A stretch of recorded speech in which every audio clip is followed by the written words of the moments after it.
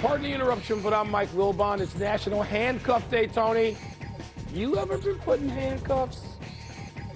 I'm Tony Kornheiser, just once, but I was paying for it. How can it actually be National Handcuff Day? There's no right. Who can come up with that? There's no chance. Marketing people, National you Handcuff tried to defend these people when I attacked them. That's some marketing executive who came up with this. National Handcuff Day. Welcome to PTI, boys and girls. In today's episode, Rick Pitino vents, the Nets fire Jacques Vaughn, and Mike Trout wonders about the Angels. But we begin today with a continued discussion about what to do with the NBA All-Star Game that has become a disaster. No defense was played. Players were jacking up shots from way beyond downtown. Look at that. NBA Commissioner Adam Silver, who made it a league priority to make the game more competitive, was visibly disappointed. Wilbon, what do you think the NBA should do with the All-Star Game? You know, Tony, I get to the point where they say the opposite of love is hate. No, it's really apathy. I don't care what they do. Why should I care more than they care about their event? Supposed to be a marquee event. And by the way, Adam Silver can be annoyed if he wants. He needs to be annoyed with himself. He's the commissioner. He could have done something about it. Don't tell me I made it a priority. If you make it a priority, change the format. Michael Malone, a year ago, called the All-Star Game the worst game he's ever seen. That was last year. It's been trending this way for 10 to 15 years. They just stand around and have a combination three-point shooting dunk contest. Adam Silver is a smart, savvy, observant man. He knows this is going the wrong way. How long have I been screaming? And I've had this conversation with Adam privately and publicly. Put something together people might care about. The public and your players. Put the world out there against a team of U.S. players. Let's see get some excitement going. No, Tony, they don't care about the product, so why should I give a damn about their product? I'm glad I went to see Adele over the weekend. I was nowhere near Indianapolis because I knew I would be wasting my time to watch that. Oh, let me quote Anthony Irwin Kornheiser. Hot garbage, because that's what it was. Yes, this is, well, not just hot garbage, because Tiger's new line is Sunday Red, and that game was red hot garbage. Red good. It was an unwatchable game, which is why I stopped at the beginning of the second quarter watching that game. I want to congratulate the NBA for drawing even with the NFL on this one particular issue. Their All-Star Game is as bad as the Pro Bowl. What should you do with it? You should dump it the way the NFL dumped the Pro Bowl. And it's because of this, Mike. The players have no respect for this game. They have respect for being named All-Stars, but they don't care about this game. They don't want to play in this game. They don't want to play hard in this game. They don't care at all. I sort of get this. When you get out of the All-Star break, you've got a 30-game sprint into the playoffs. If you get hurt in this game and you can't help your team, you're killing your team. So I understand that. But at this point, it's what Doc said about the Bucks, the last game they played. They're all in Cabo, Mike. It's an all-star break. They're on vacation mentally and physically, and they don't want to play this game. Some people will say, throw some money at them. Make it $1 million for the team that wins. They made it an in-season tournament. They prioritize that. That's exactly right. They prioritize that. That's what Adam Silver prioritized. When you do this, if you have to bribe your players to play in the All-Star Game like you do in the in-season tournament, you have nothing. They don't respect the game or want to play in it. It's not even worth turning on. It isn't. I mean, the highlight of the weekend easily was Steph, and I'm drawing a blank on her name now. Sabrina Ionescu. And Ionescu having their three-point shootout. That was great. It was inspired. They wanted to do it, each one of them. And they knew it, and they told you that going in, and they lived up to it. Good for them. But the rest of it, come on. Let's move to Rick Pitino's deep dissatisfaction with his St. John's basketball team. The Red Storm blew a 19-point lead against Seton Hall on Sunday, and after the game, Pitino called out individual players for their struggles. He described the whole team as non-athletic, took a shot at the facilities, and said, coaching this team has been the most unenjoyable experience of my lifetime. On Monday, he told Newsday he wasn't ripping anybody, and quote, "I'm fine with what I said." How, Tony, do his words sound to you? So I saw the clip the other day, and I had to tell you, I was stunned. I mean, he said his team was no good. He said they weren't tough. They weren't athletes. They had no particular skills. He named names when he did this. I mean, you just recoil and you go, why is he doing this? Mike, these are his recruits. He brought in 11 players.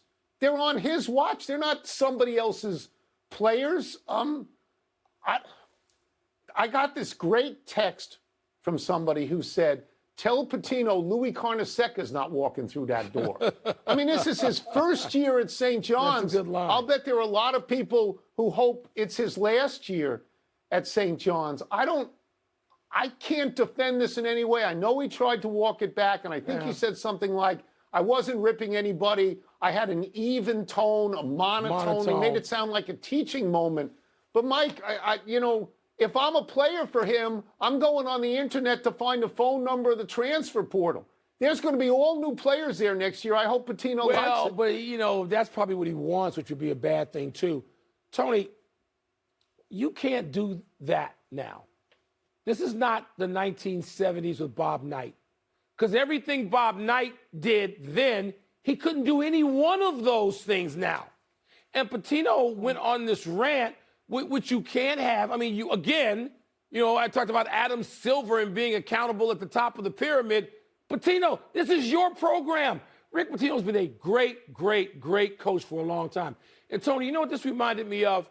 And there's nothing physical involved. There isn't. But this seemed like a lead up to a Woody Hayes moment, where a great, great coach goes out because he went too far and because somebody wasn't there to pull him back and say, hold on, Sparky, you can't do this. Yeah. I mean, you would tone that down even in your film session this day and age. And so for Pitino to do this publicly, man, it's inexcusable. You like Pitino and I like Pitino. Yes. I cannot defend this. Nope. I cannot defend it on any level. I really can't. We turn now to Mike Trout's conversation with the media yesterday. Trout said he has no intention of asking the Angels to trade him. Trout said that would be the easy way out. He allowed that he might do that in the future, but not now. Wilbon, what do you hear in what Trout said? Tony, resentment, disappointment, those two things overwhelmingly. Resentment that, Ohtani has gone and now signed for the largest sum of money anybody can even imagine. And he's just going to be, 60 miles up the road playing for the Dodgers, who always overshadow the Angels. And so there's that. And then there's a disappointment that now he's turning 33 years old, if he's not 33 already. And Tony, I didn't even know he hasn't been in the playoffs since he was 23 years old.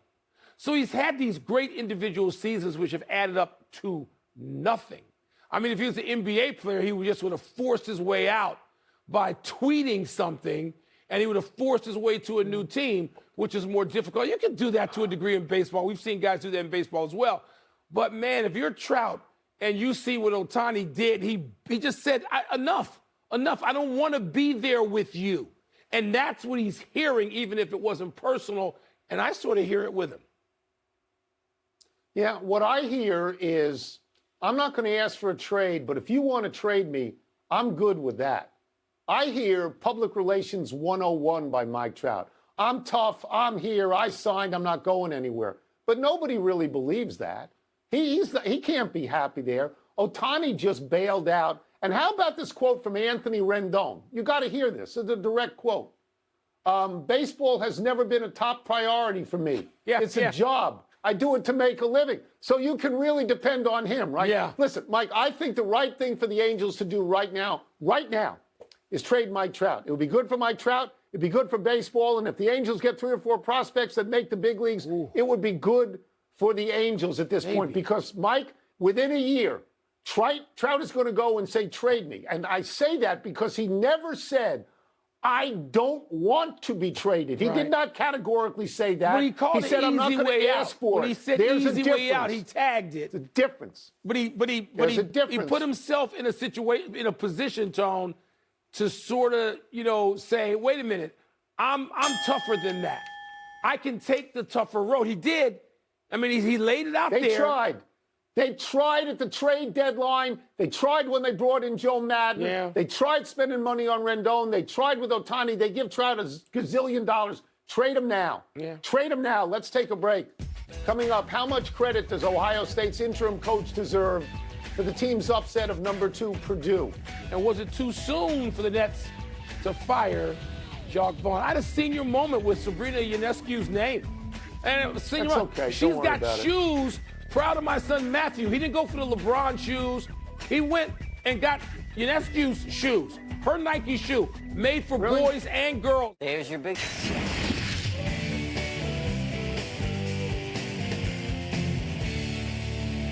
Time to find out what's rankling the riffraff. I will get the first one, and I go to my glasses. It's you. Ohio State beat number 2 Purdue on Sunday in the debut for interim coach Jake Diebler.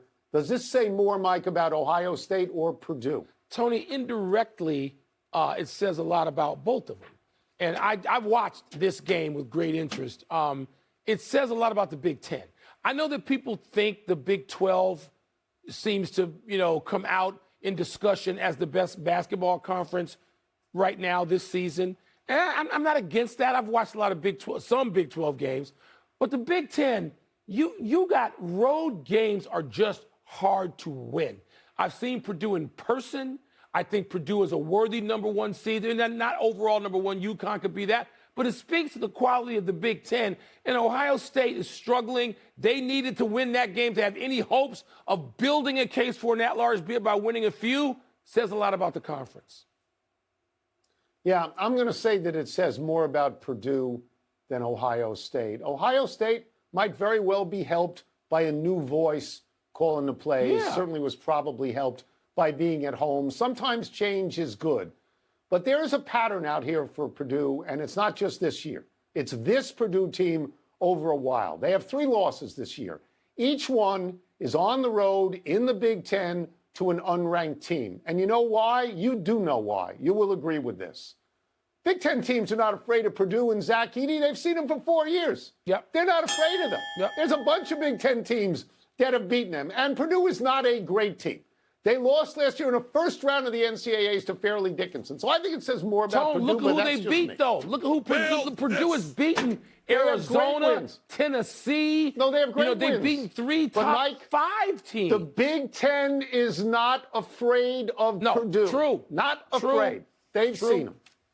Was it too for the Brooklyn Nets to fire Jacques Vaughn? Tony, when you get dusted by 50, it's hard for me to make the case that it's too soon. I think Jacques Vaughn can be a worthy coach. I do. I think he's been in an impossible situation since he came in, succeeding Steve Nash, who's in an impossible situation, because management goofed that up. Because management thought you could slap together a team that included Kyrie Irving saying, we don't need a coach. We don't need one, because Kyrie Irving is uncoachable. He doesn't want to coach. He has practices where he leaves the practice or convenes a practice and gets young players and says, no, let's run my plays, not the plays for the coach. That's what Jacques Vaughn walked into. So in a way, I feel bad for Jacques Vaughn. You can make the case, you can fire, okay, but I feel bad for him. Yeah, well, we're gonna agree on this.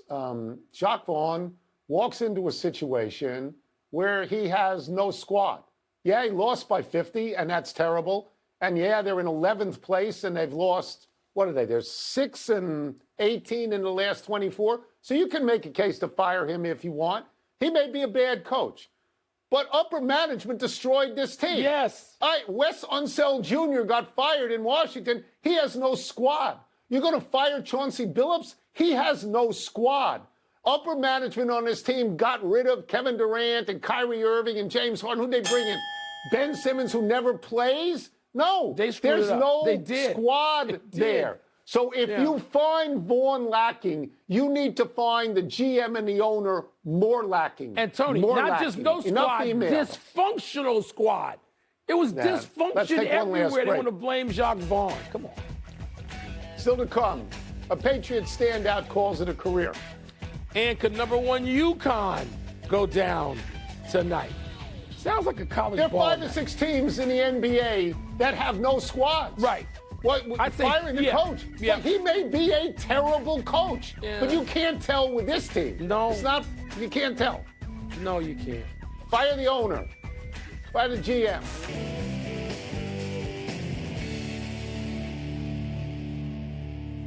Happy time, people. Happy 41st birthday, Justin Verlander. The Astros ace is reportedly dealing with a shoulder issue that could jeopardize his status for opening day. Verlander went back to Houston at the trade deadline last season after the Mets bailed out on him and Max Scherzer. Verlander's combined stats last year were pretty good.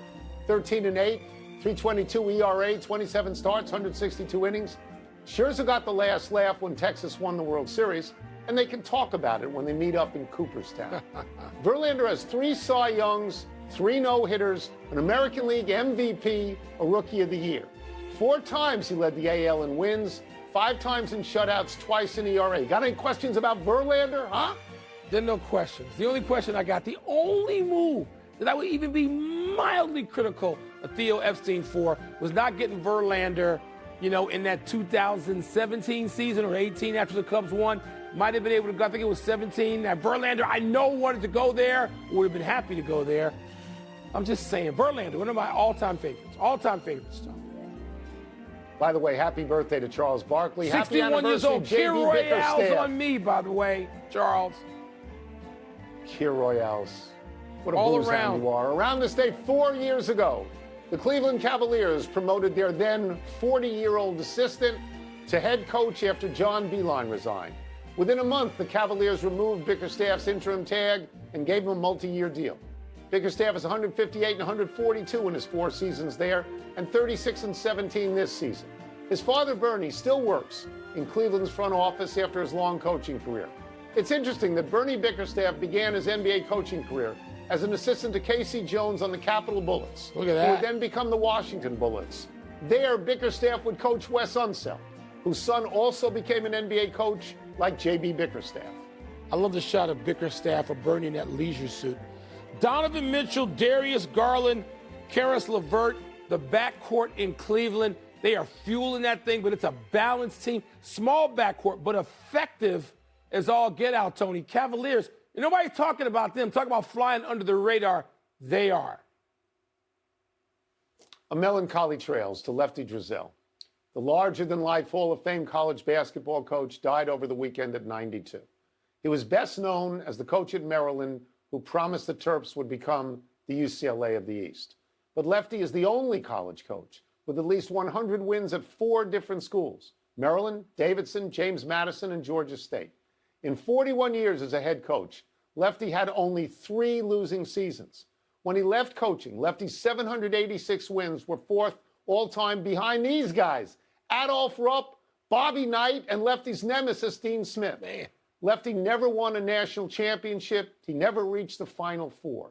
His legacy is inventing Midnight Madness and being loved for his ambitions. Lefty was collateral damage at Maryland after Len Bias overdosed on cocaine in 1986, and that's probably why it took so long for him to make the Hall of Fame.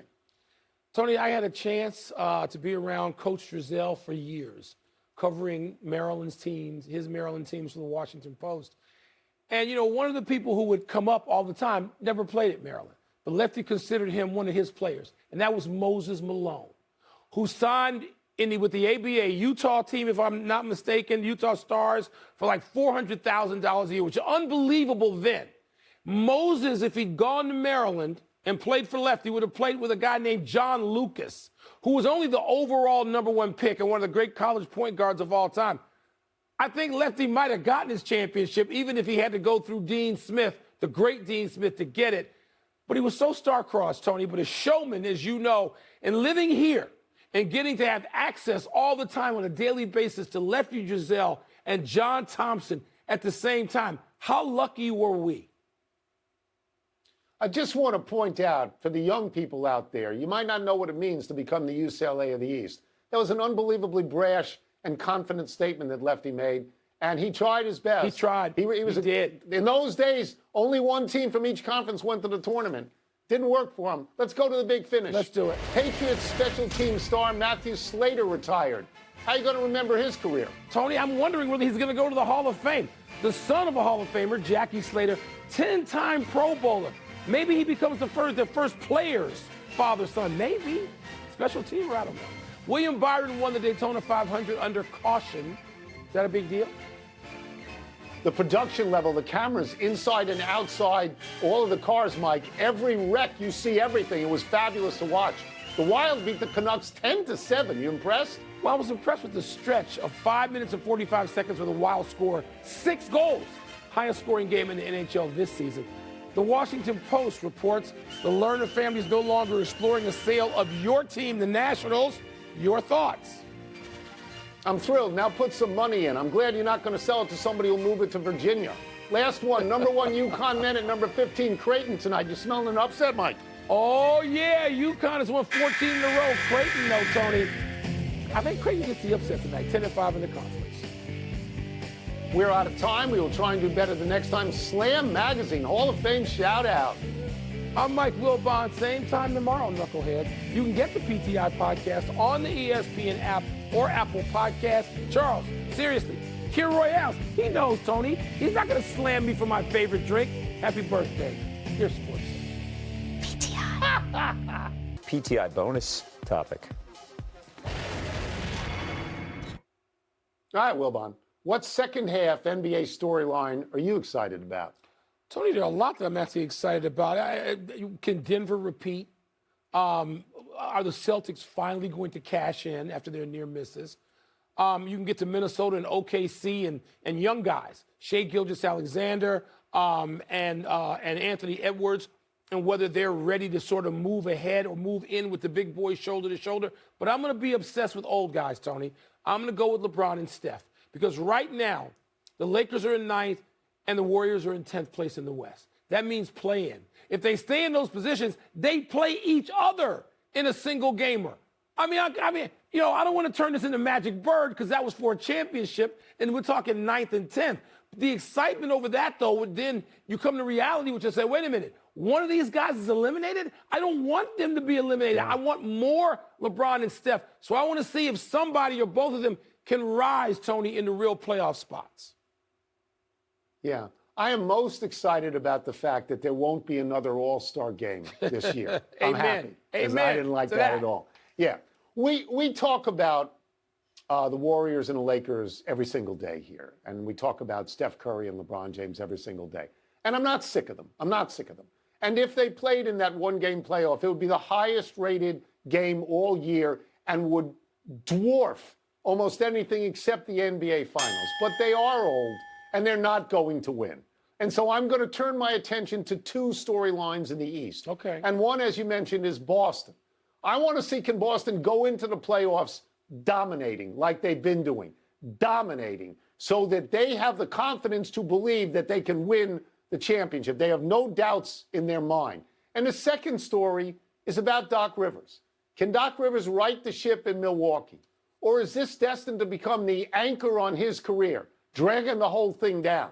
Those are the 2 that interest me more than anything else going into the last very few weeks. legitimate storylines. And those 2 teams, by virtue of position in the East, should meet each other. We've been waiting all year since the summer trades they made. We've been waiting for or thinking Boston, Milwaukee, it aligns. And I wouldn't be unhappy to see that at all. Those are very much worth watching. The Celtics are going around saying, well, everybody's talking about everybody else except us. All right, cash it in. You've been close. Get it done. That's it. We're done.